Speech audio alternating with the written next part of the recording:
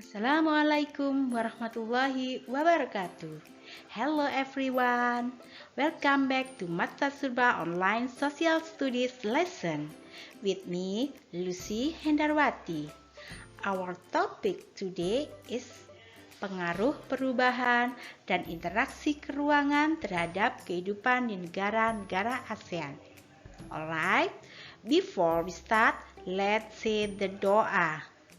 Bismillahirrahmanirrahim. Raditu billahi rabba wa bil islami dina wa bi Muhammadin nabiyya wa rasula. Rabbi zidni ilma warzuqni fahma waj'alni min ibadika sholihin. May Allah let our heart be filled with light and insight and understanding and knowledge. Amin.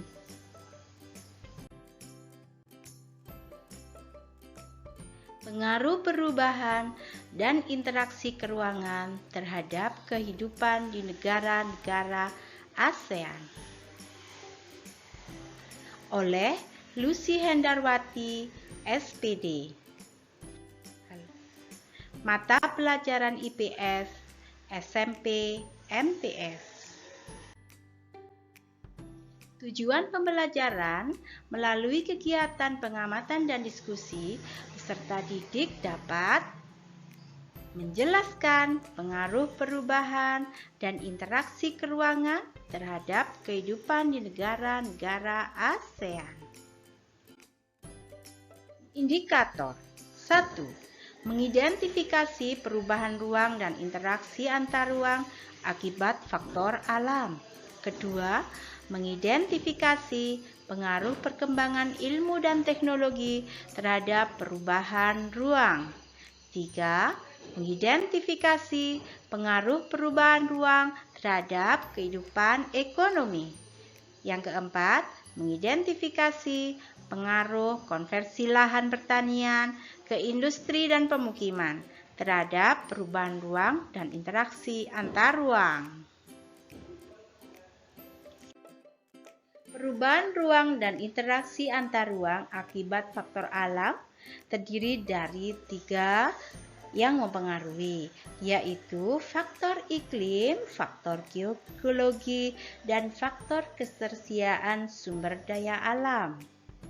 Yang pertama, faktor iklim.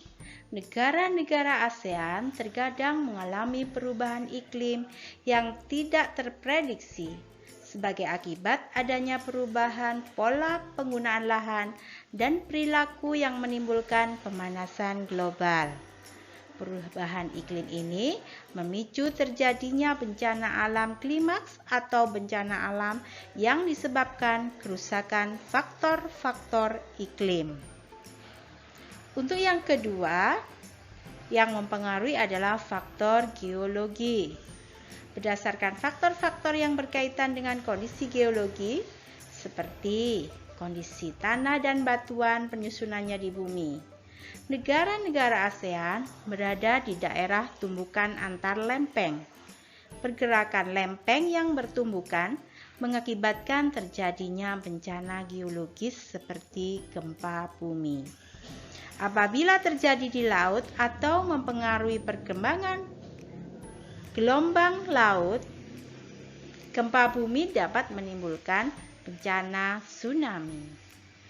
Faktor ketersediaan sumber daya alam berada di posisi ketiga, yaitu hampir semua negara-negara ASEAN memiliki sumber daya alam yang berupa barang tambang, hutan, dan laut. Namun tidak semua sumber daya alam yang diperlukan suatu negara tersedia di negara tersebut. Oleh karena itu, untuk memenuhi kebutuhannya, negara anggota ASEAN melakukan pertukaran sumber daya alam dalam kehidupan melalui ekspor dan impor. Pengaruh perkembangan ilmu dan teknologi terhadap perubahan ruang. Ada 2 teknologi yang memiliki peranan besar dalam mengubah kehidupan manusia dalam berinteraksi, yaitu teknologi transportasi dan teknologi komunikasi. Teknologi transportasi dimanfaatkan untuk mengirim dan mendatangkan barang maupun jasa dari dalam dan luar negeri dengan cepat. Teknologi komunikasi dimanfaatkan untuk bertukar informasi secara cepat, tepat, dan akurat.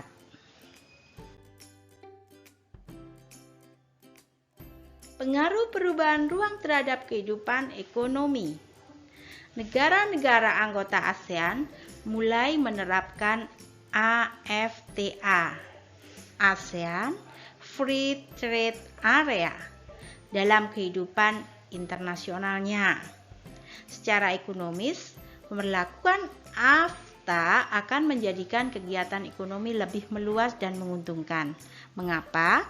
Karena kegiatan ekspor dan impor antara negara ASEAN tidak dikenakan pajak. Walhasil, kegiatan produksi dan distribusi menjadi lancar serta kebutuhan konsumen terpenuhi dengan baik.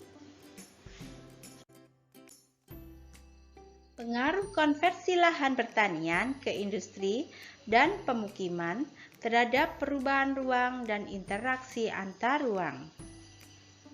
Pengertian konversi lahan adalah berubahnya penggunaan lahan dari penggunaan semula.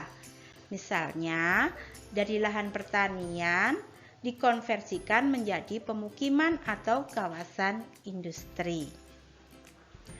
Konversi lahan pertanian menjadi pemukiman dan industri pasti akan menimbulkan dampak negatif. Adapun dampak negatifnya itu adalah sebagai berikut. Yang pertama, luas lahan pertanian semakin berkurang sehingga produktivitas pangan semakin kecil.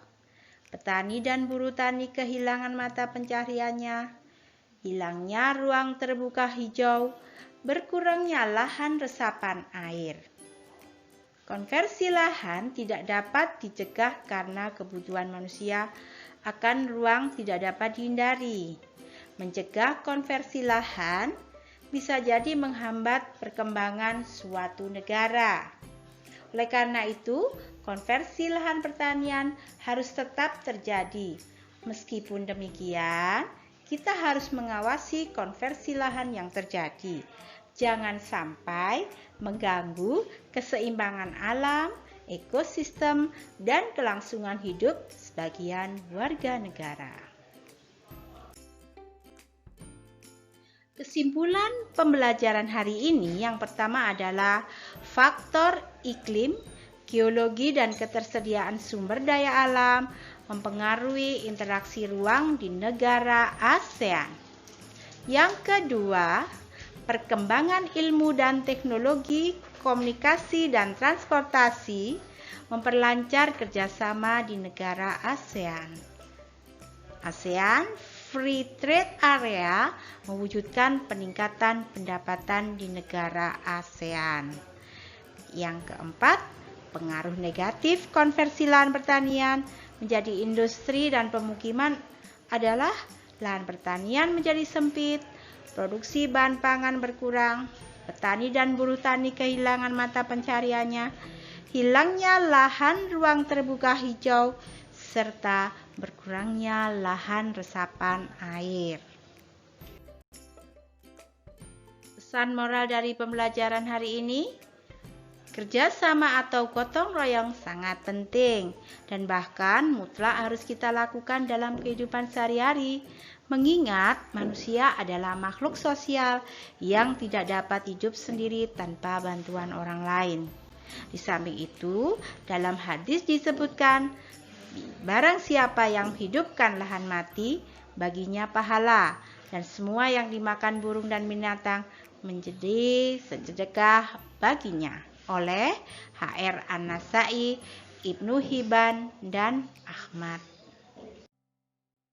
Okay class, we will stop now. We'll continue this next week. Thanks for watching. Wassalamualaikum warahmatullahi wabarakatuh.